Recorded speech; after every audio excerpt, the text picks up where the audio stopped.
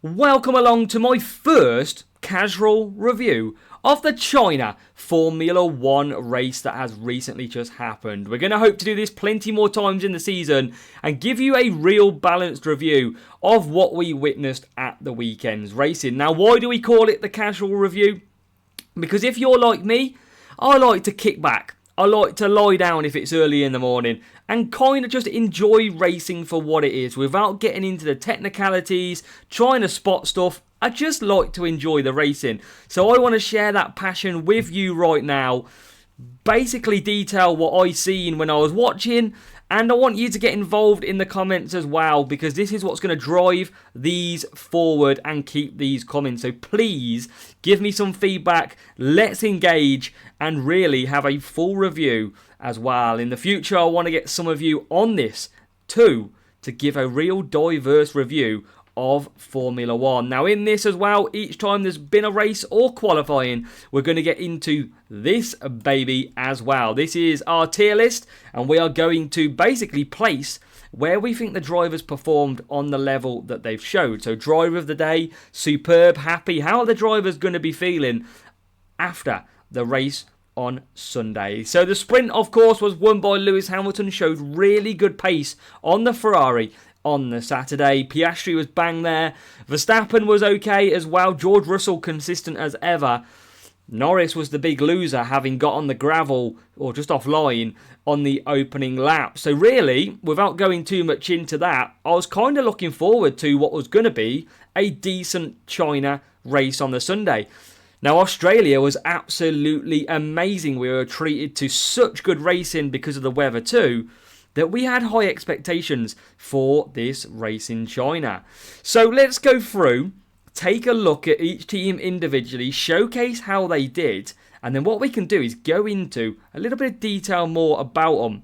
So let's kick off our first ever review of an F1 race, coming in with Haas. So here we are, Ollie Bearman and Esteban Ocon. So for the qualifying for the main race on Sunday, Ollie Bearman qualified 17th position with Esteban Ocon in 11th. So Ocon, great qualifying.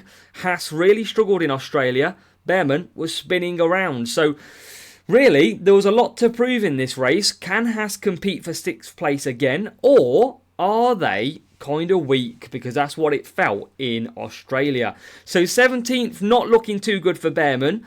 But again, rookie, you get a little bit more of a leeway early on in the season. Ocon, he's been around for years, 11th place.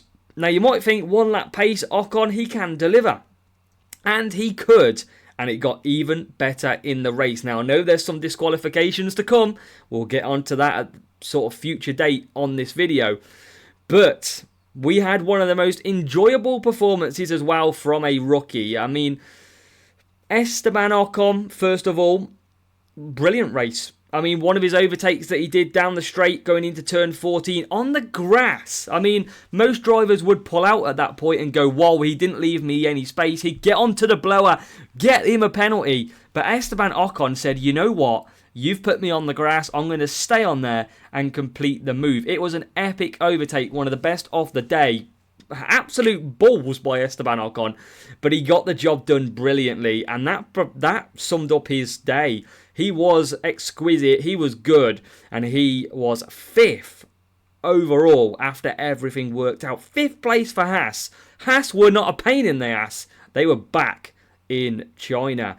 Now coming on to the enjoyment, I think we all must have witnessed it, and we all must have been very happy. Ollie Bearman, yes, a difficult race in Australia, difficult qualifying, but an 8th place finish for Ollie Bearman. Dive bombs on the likes of Liam Lawson. That would be a great feeling to see that happen on a Red Bull for Ollie Bearman. And he made multiple overtakes at turn 14, and as everybody's been saying, ciao. He showed character, and that's what we like from the Haas team.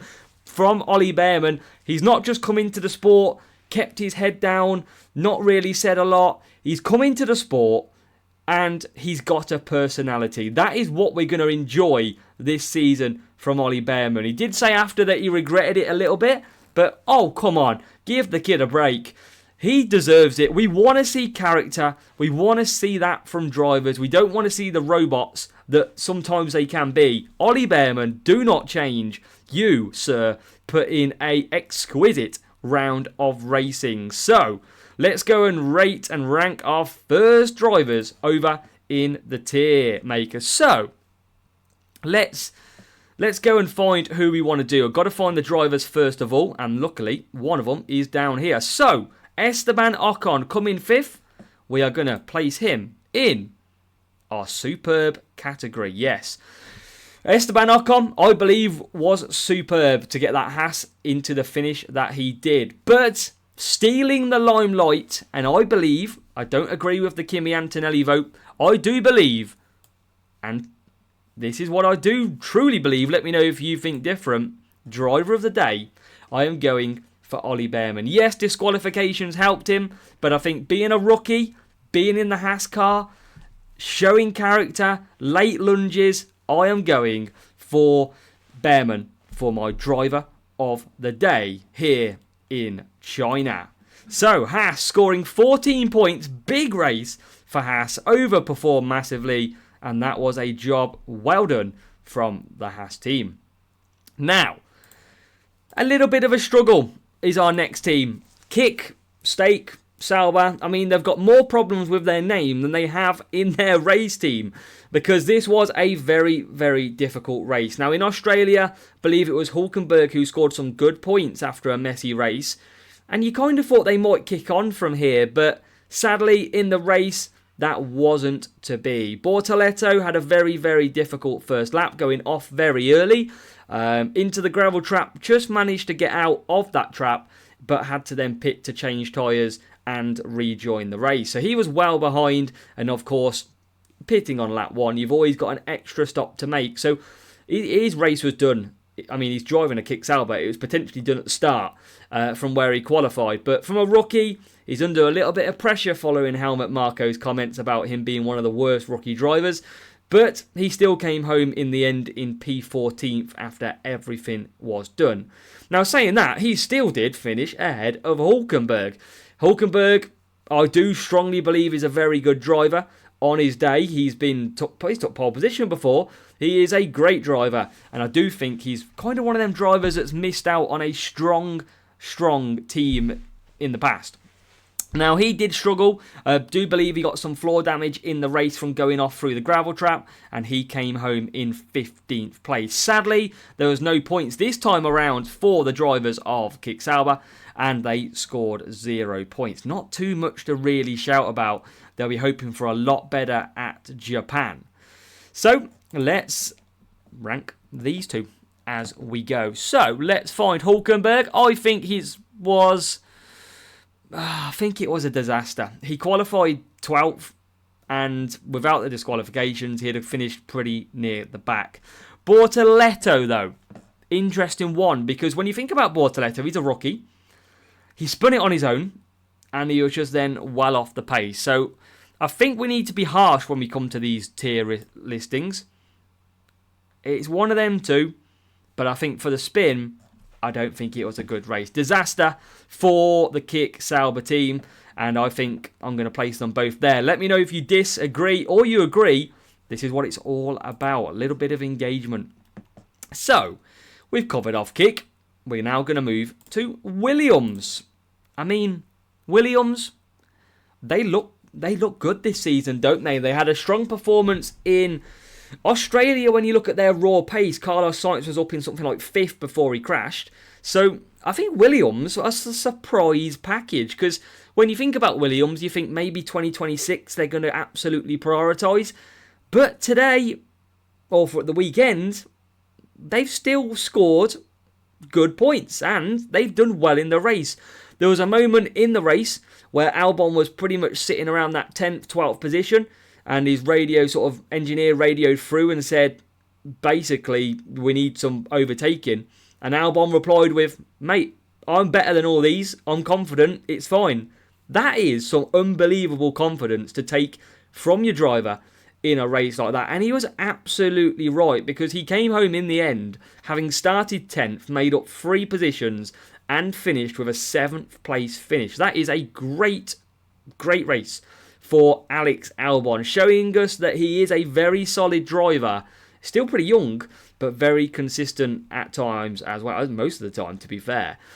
Carlos Sainz, on the other hand, a little bit more of a difficult day. Now, he's struggled with a little bit of pace today, or weekend, for the race. We've obviously seen in Melbourne that he was quick but crashed. So, it was kind of a return to a little bit of form, but Carlos Sainz didn't really have much to do in the race. He would have been outside the points without the disqualifications out there. So, I think Sainz was probably going to be a little bit disappointed with that pace drop-off. He is new to the team. He has got to pick up that Williams car, but I think he would be admitting himself that he'd want a better race out of that Williams. But I'm sure it's not going to be long until Carlos Sainz is getting up further through the field if that trajectory on Williams continues. We heard last week from James Vowles that Sainz was key to Albon's pit stop in Australia. So I think Sainz is not just going to be helping on the track, but he's going to be helping off the track as well. So, Alex Albon, I think he's going to be, superb or happy. I think he's going to be 7th place, Williams. I think he's going to be superb with that. He's going to be buzzing with that 7th place. I don't think happy. Happy's about 10th, I think. But Sainz, we're going to go against the grain a little bit. I think he should do better. I think he's in that Williams car. He's come from a Ferrari. And I think with experience, should be able to pick up that car a little bit quicker than maybe we thought he has. And again, Australia proves that he does have the pace, but he just struggled at China. So if you'd have put Melbourne and then China together, and that followed consistency, I think he'd be happy, but I think he would be doing better from this. So, Williams, in the end, scoring 7 points, big for the Constructors' Championship, and I think they're going to have a really good season. They've surprised me. I thought they wouldn't be very good, focusing for next year, but maybe they've just gone under the radar slightly and could be a surprise package this season. So on to our next one. It wasn't good viewing for the Alpine this week.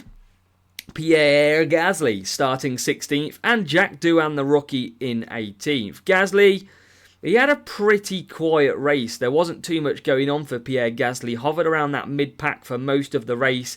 And then they got the technical infringement at the end of the Grand Prix after it finished, which meant he got demoted to a DNF. So a pretty average race for Pierre Gasly, but a technical infringement meant that he got disqualified.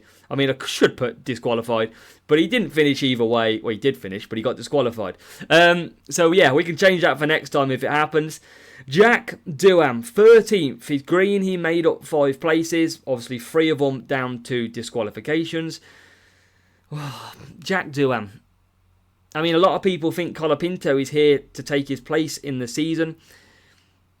Again, I don't think he did a lot. He held up Hadjar for quite a lot of laps out of them RBs on a 2-stop strategy. But I did kind of see some dangerous driving, which I wasn't really a fan of in the race. You had the sort of lock-up braking into turn 14, pushing, I think it was Behrman off the track, was it? It was Behrman or Yuki.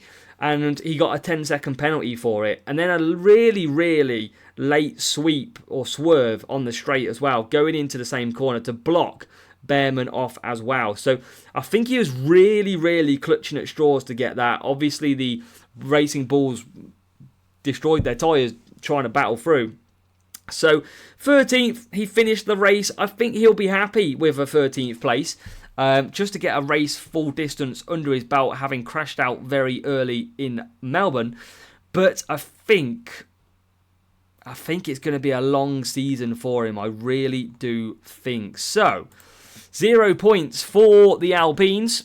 We now have to rate them in our ranking to see how we believe. Gasly, I think it's only fair to say we blame the team. Technical infringement. I think he would have wanted to do a little bit better, but I don't think the Alpine package is quite there either at present. So we're going to blame the team on the bottom for Pierre Gasly's technical infringement. And then also we then have Jack Doohan, and I think he should do better. I don't think it's a disaster for Jack Doohan. I think he has got the end of the race. He put up a bit of a fight, legally or illegal, however you want to say it. But I think he's trying to learn, he's trying to get a little bit better. So I think should do better is the appropriate sign for Jack Doohan. I think that should be absolutely fine. Let me know again if you feel different. So Alpine has been done. And now we move on to our next car, our next team to review for this week's race. So we move on to Aston Martin, the 5th best team last season, going into this season with high hopes. Adrian Newey joining Aston Martin going forward. You would expect that might even just morale boost the team, but it wasn't the best race again for Aston Martin. Alonso probably unusually crashed it back in Melbourne, so he would have wanted to bounce back with a good result, which you can always kind of rely on Alonso to put in a good show. He started 13th on the grid, but sadly a heavy brake fire on the rears cost Alonso. And obviously when you've had a brake fire, you've melted the brakes, everything is just destroyed. You have got absolutely no chance of finishing the race, and Alonso had to take a DNF. So sad for Alonso, but again, he knows he'll bounce back. Now, Lance Stroll, 14th, and came home, ended up in 9th place. So he did manage to take some points for Aston Martin, 2 points, because of the disqualifications. Now, Lance Stroll, he's got his doubters, haven't he? Should he be in F1? Should he not? But at the end of the day, you've got to finish the race. You've got to be okay to get that car some points. And he got 2 points after the disqualifications. And it was a pretty interesting race for Stroll. He literally battled a one-stop quite long into the race, pitted quite late on the hard tyres, I think it was, onto that one-stop. And yeah, he came home in just outside of the points, but with the disqualifications, got moved up. So a one-stop strategy, pretty solid race for Lance Stroll. Not too much going on really, apart from Alonso's fire for Aston Martin and a very long first stint for Stroll. He couldn't get back through the field as quick though. You'd have thought on some new, fresher tyres, he would have absolutely dispatched a lot of the cars around him to climb up. But sadly, that wasn't the case. He didn't quite do that. I think that is mainly because tyres really held on. Now, if it was a two-stop, he would have been ideal. If a safety car would have come out later in the race, he would have been ideal. And he was like 7th, 8th position for a while. So I think they really bounced on a one-stop strategy. And also, yeah, trying to get that one stop to work over the two and a safety car look. But sadly, it didn't come. But 2 points in the end for Aston Martin. If you're not going to do well, at least you're going to store some points, especially with their main source of Alonso going out. But in theory, Stroll's carrying them at the moment. So let's go and rate these two then. And I think Alonso, do you blame the team? I don't know about blaming the team. You don't really know. Has Alonso cooked them brakes? I don't think he has.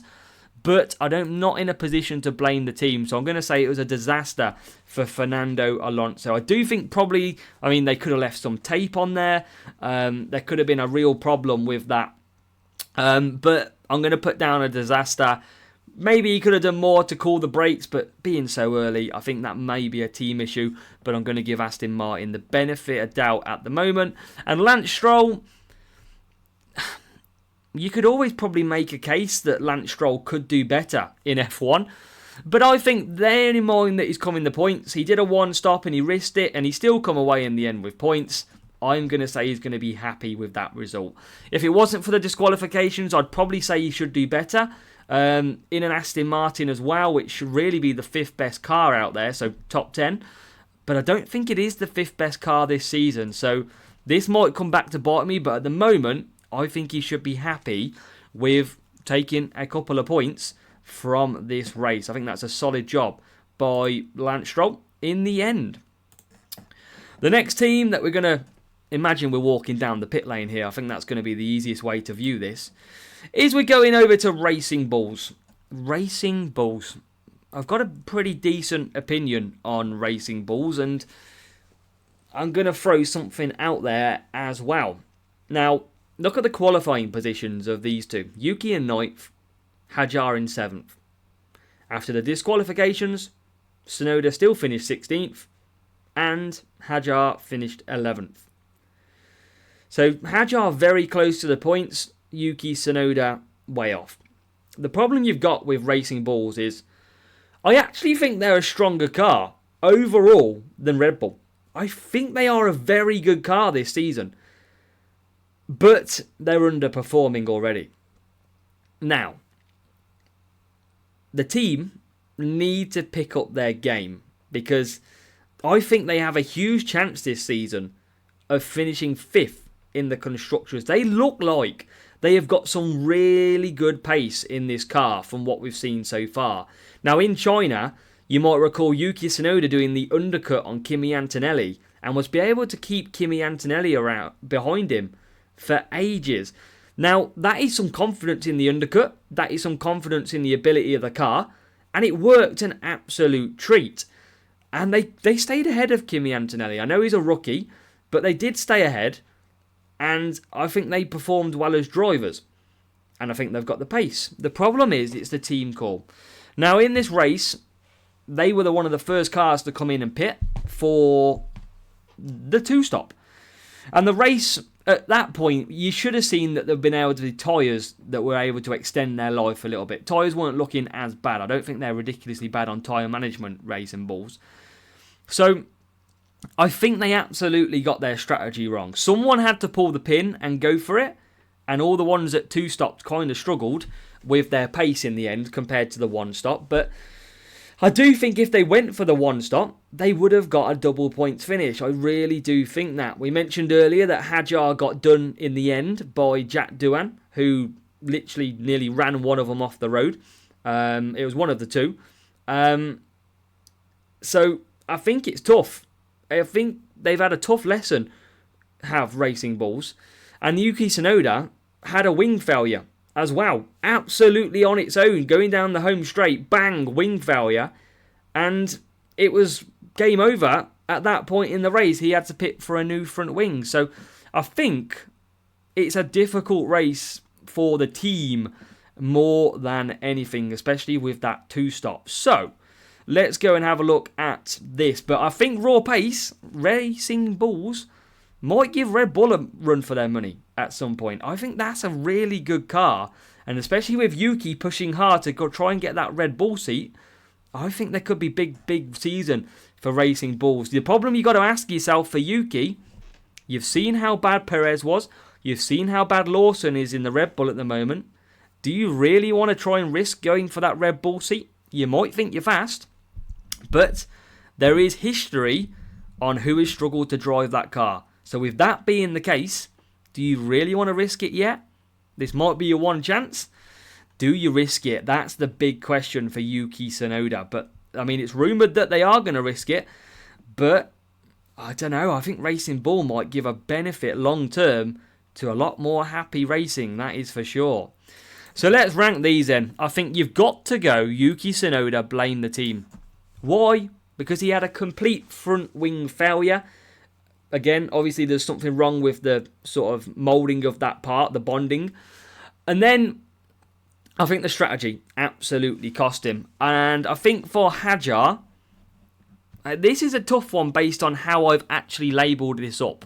That is kind of difficult. Because I want to say blame the team for the 2-stop, but he still managed to get back to 11th. So I'm going to go blame the team for the 2-stop. Now the reason being, I feel like 11th place he would be happy with, but I don't feel he should be happy because they should have done better. So I'm going to put Hadjar for the Chinese Grand Prix in blame the team. I don't think he should do better. I think that would be unfair.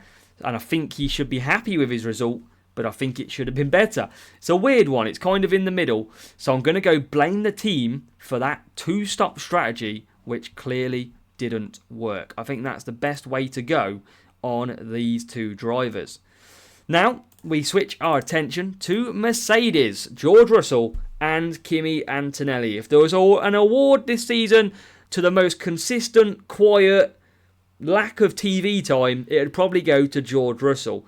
Second in qualifying, third in the main race. He had a brilliant race last week at Australia, just going about his business and brought it home in a very, very good result. So again, George Russell coming home, third place. He's probably disappointed to lose a position and finish third, but overall, You got to consider who's in P1 and P2.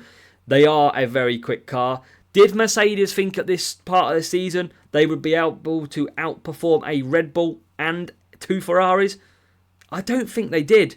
And they did outperform the 2 Ferraris because ultimately they still finished ahead of George Russell. Well, George Russell still finished ahead of them anyway. George, great cracking race. He was in second for a while as well after undercutting Norris, but Norris got back past him. And I think he can hold his head high like he is in this picture. Third place, good points for Mercedes early on in the season. Obviously 23 altogether for the total of both cars. Kimi Antonelli won Driver of the Day for the F1, which I think has got to be the Italians going mad for Kimi Antonelli. He started in 8th. He would have finished 8th if it wasn't for the 2 Ferrari penalties. But he did come home 6th in the end. But again, rookie driver. You've seen some of the other rookie drivers struggling so far this season. The likes of Lawson. So coming in as he has, with a high reputation, big pressure. You think back to last year, he binned it in Monza in free practice. So there was a bit of pressure on this young lad. And he's absolutely delivered so far. He had a stonking race in Australia under really difficult conditions where most of the rookies binned it or spun or made huge mistakes. Antonelli made a mistake in Australia. He spun it and he just got back up and overtook him again. And I think he travelled into this race with a decent result. Should he have finished, or should he got undercut and stuck behind the Yuki Tsunoda? No, I think he should have been able to get past. But Racing Bulls are strong. And I think they're a very decent car. So 6th place, Kimi Antonelli. So far, rookie, the best rookie out of these 2 races, 100%.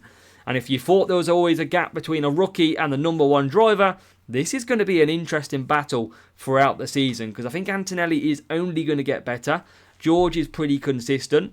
Mercedes could be in for a good campaign this season. Russell picking up the best he can behind the McLarens and Antonelli picking up points too. So a very, very successful race, I feel, for Mercedes. So I think Antonelli will be happy. He came home 8th, got 6th.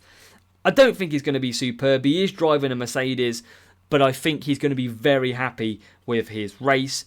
George Russell held off some really good battles, and you know what? I'm going to put him in his superb because he's Mr. Consistent. He's stepped up to driver number 1 for Mercedes. He's carrying the weight of the team with a rookie involved. And I think he's doing brilliant so far. Cracking race over in Australia. Cracking race again today. He's doing everything right. He's not just happy. I think he's superb. And I do believe he's going to be in for a great, great season. So, we are left with, 3 teams to go through. And we get on to an interesting one. Topic of conversation. Red Bull. Here we go. This is where it gets a little bit more juicy. So Max Verstappen qualified 4th. He finished 4th in the end. And this Red Bull is a very, very strange car. You can argue that if Max Verstappen cannot dominate or get near the lead, then surely that Red Bull car is very, very difficult to drive. Again, he's dominated seasons in the past. And he's always been not far off the lead. But there's something about this Red Bull that isn't firing on all cylinders. And especially when it's got full fuel in the car. They score points, courtesy of Max Verstappen, but in Australia, we see the McLarens absolutely pull away 17 or so seconds away from Max Verstappen on heavy fuel later on into the first stint. And this happened again here at this Grand Prix in China. On heavy fuel, harder tyres. Again, Max Verstappen didn't have the pace. He completely dropped back. But then as the fuel started to burn, it's almost like he got at one with the car and was able to then start climbing back through. He was absolutely hunting Hamilton down to try and get his position in what would have been like 5th. And then he absolutely hunted him down, no problem at all. Hamilton pitted, and in the end, it was Hamilton had to because he was going to get overtaken. And Max Verstappen really showed that pace of that Red Bull on lighter fuel load. We saw it at the end of Australia. Verstappen all over the back of Norris with a couple of laps to go. Again, on lighter fuel. So Red Bull, light fuel is the same old car. Red Bull, heavy fuel seems to be an issue, and it's going to take a very skilled driver to extract the power and the points out of this car. And that might be a reason that Liam Lawson is really, really struggling at the moment. Many years of frustrating drives in that number 2 seat. And obviously Perez tailed off at the back end of last season. It was only the season before, I think he finished second in the championship. So really, when you look at the Liam Lawson, and you think you're filling a seat that no one's done any good in the recent years, and Perez really tailed off last season. Now, if that's the way that they went with progression of the car, maybe Lawson isn't... I mean, we know Lawson isn't a bad driver, right? We know he's done good at VCARB or whatever you want to call him in the past. He's got potential. He will be a good driver. How long do Red Bull wait before they change it? There's already rumours that Japan, they'll change it. I think it's harsh, but when you're 2 seconds off the pace in qualifying and you're finishing last and starting last, sorry, I think you're only going to go one way, which is a shame. I hope that he moves back to RB, Racing Bulls. I actually think he'll be a lot better in Racing Bulls and would be happy because they look a very good car. And I wouldn't even be surprised if Yuki goes into that seat and struggles. Maybe not so much as per Lawson, because I really think Yuki might... I mean, his temperament, I think, might suit that car with his aggression. So I think Yuki might do better than Lawson, but I think Lawson will be licking his lips at the chance of staying in F1 and maybe taking that Racing Bull seat for the rest of the season. Red Bull have got to act because they know the constructors will start getting away very quickly with McLaren dominating. So there is a chance that they will. I don't think Lawson is as bad as he is, but there's a long and big decisions to make for Red Bull. He didn't get through massively in the race. He would have been net 15th. So again, he didn't show the pace in the race either. You would think a long amount of laps of the Chinese circuit, you'd be able to start getting some rhythm. He just didn't seem to get it. So sadly, it's going to be a disaster again. For Liam Lawson, you could blame the team for setting up a bad car, but I think it's a disaster. It can only be a disaster for Liam Lawson. Max Verstappen, I think that Red Bull is a struggle. I think he'll be happy. I don't think he'll be superb because Max is Max, but I think he's going to be very happy with a 4th place and some decent points for Red Bull when the car is also not at its best. So I'm going to say Max Verstappen, P4, and he's going to be happy. Damage limitation, I think, is the way you have to think about it for themselves. So, 2 teams left to go through, and we go now with this big one, Ferrari. Well, they had an epic sprint, didn't they? Hamilton coming home to take victory in the sprint, and that all pointed to Ferrari having really good pace for the race on Sunday. Now, they did have pretty decent pace. Hamilton started 5th. Leclerc started 6th. These probably pairing of one of the best 2 drivers on the grid. Best partnership on the grid, that's for sure. But in the race, Hamilton struggled. Hamilton started ahead, offered the swap for Leclerc when he got closer, and swapped the cars around because of the pace of Hamilton. Hamilton did go on to a 2-stop later on to try and combat Verstappen's charge, but the 2-stop didn't work. He didn't close enough seconds a lap quicker. So ultimately, he would have finished where he would have because Verstappen would have overtook him anyway. So it's worth the gamble. I can see why Ferrari did it. Now, Charles Leclerc, first sweeping right-hander off the race, hit the curb, veered left, hit the back of Hamilton's rear right tyre, and lost part of his end plate of his wing. Now, he actually put in a superb race. Leclerc's pace with a broken part of the wing was superb. He was so quick as a driver. Very surprised. You thought he'd have been in to change that. He even made pit stop and didn't change the wing. So actually, for Leclerc, I thought he put in one of the best races he's done for Ferrari with the damage that he had. He was really quick. And I think Ferrari, I mean, you could say they were very unlucky, couldn't you? But really, were they really unlucky? Obviously, Hamilton having the plank sort of millimetre difference that he got disqualified for. 0.5 millimetres, I think he was out of the regulations. And Leclerc, obviously with the one stop being too light as a car, so the car was underweight. We've seen that before with George Russell in Belgium last year, where the car was underweight, but this time round it was Leclerc's turn.